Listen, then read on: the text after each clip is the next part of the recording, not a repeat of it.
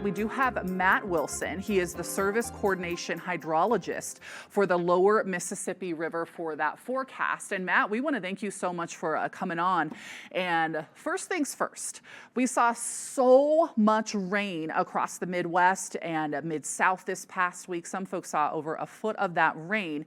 Now the water is going to be headed further south. So let's kind of talk about that process there, because there could be somebody watching and be like, hey, I don't have anything going on right now. I drive over this every day, but that water is going to move downstream. Can we talk about what that means?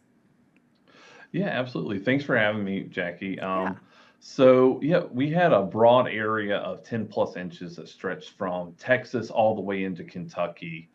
And all that water, it fell into the streams and creeks up there.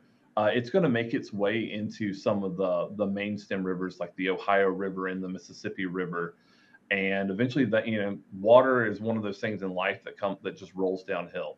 So eventually it's going to make its way downstream. The Ohio and the upper Mississippi join around Cairo, Illinois. So all that water that's in the Ohio Valley now, like you saw there in Frankfort, Kentucky, that's going to make its way down there and meet up with water from the upper Mississippi and the Missouri in Cairo, Illinois. And they're going to join there and they're going to keep moving downstream. So all of that water is going to move downstream. It's going to move past Memphis. And eventually we're going to join up with the Arkansas River. So all that water that fell in Arkansas is going to make its way down the Arkansas River and join just north of Arkansas City. And that's going to keep making its way down through the Mississippi system, through past Baton Rouge, and eventually past New Orleans and out into the Gulf. So we are going to see that high water rising, even though you're not going to see as much rain further south. You are going to see the river rising, the main stem Mississippi River rising.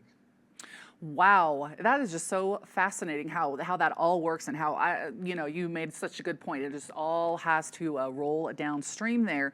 Now, what sort of impacts, with you saying all of that, if I'm at home and I'm on, or not even on these rivers, but I know that there could be some potential flooding, what type of impacts are we going to be seeing? Is it going to be impacting roadways, bridges, things like that as these rivers continue to rise?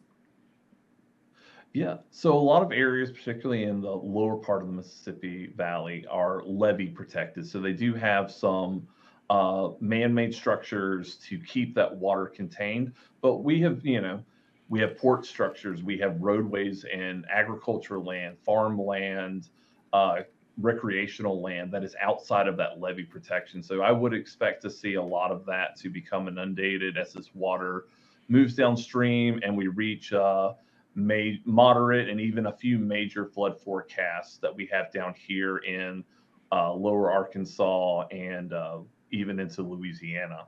So we're going to see those kinds of impacts. We have a lot of islands in the Mississippi River that have fishing camps and other things down here. Those areas, we do expect them to become inundated.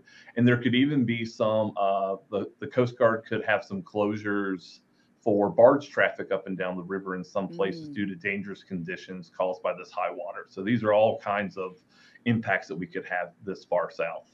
And what are we thinking about the timing of this? Because we see some of these forecast crests, and they can be from days to even a week. Is what the timing of this is? Yeah, we're nearing crest now at our Okay. Cairo, Illinois gauge. We expect a crest within the next week or so at Memphis. We're going to crest in about 10 days to 14 days at Baton Rouge. And then down here in New Orleans, we do expect to crest probably in the 2 to 3 week time frame. So that's just kind of the scale and the timing that it takes to get all this water moved through and out of the system. All right, and we're going to continue to track this event. It's going to be slow and take some time. Is there anything else that people should know about this flooding event as we continue in the days ahead?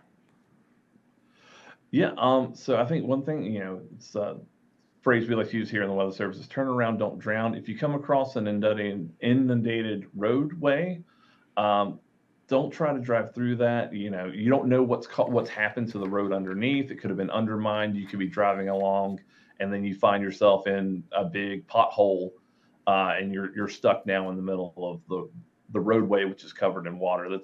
most flooding deaths actually occur in vehicles as people are trying to cross flooded roadways. So we really want people to be cognizant of that.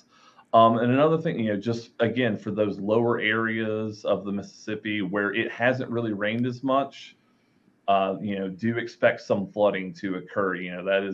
It's always weird for those people. Like, it's not raining here, but Yeah. then the river starts to rise, so you're just not quite as prepared. So those people that live along the Mississippi in the deep South, that be prepared for the river to come up. We've got about 1 minute left. You're talking about be prepared. Are there any tips you would have for, say, someone in a house to be prepared for this as we start to see those rivers and streams rise? Yeah, if you live along the riverways, now's the time to go and gather any kind of loose items that you have Hmm. along the roadway, boats and other things, bring them up out of the water, secure things, just, look around your yard, see if there's anything, if the water came up that it would, you would miss it if it went downstream.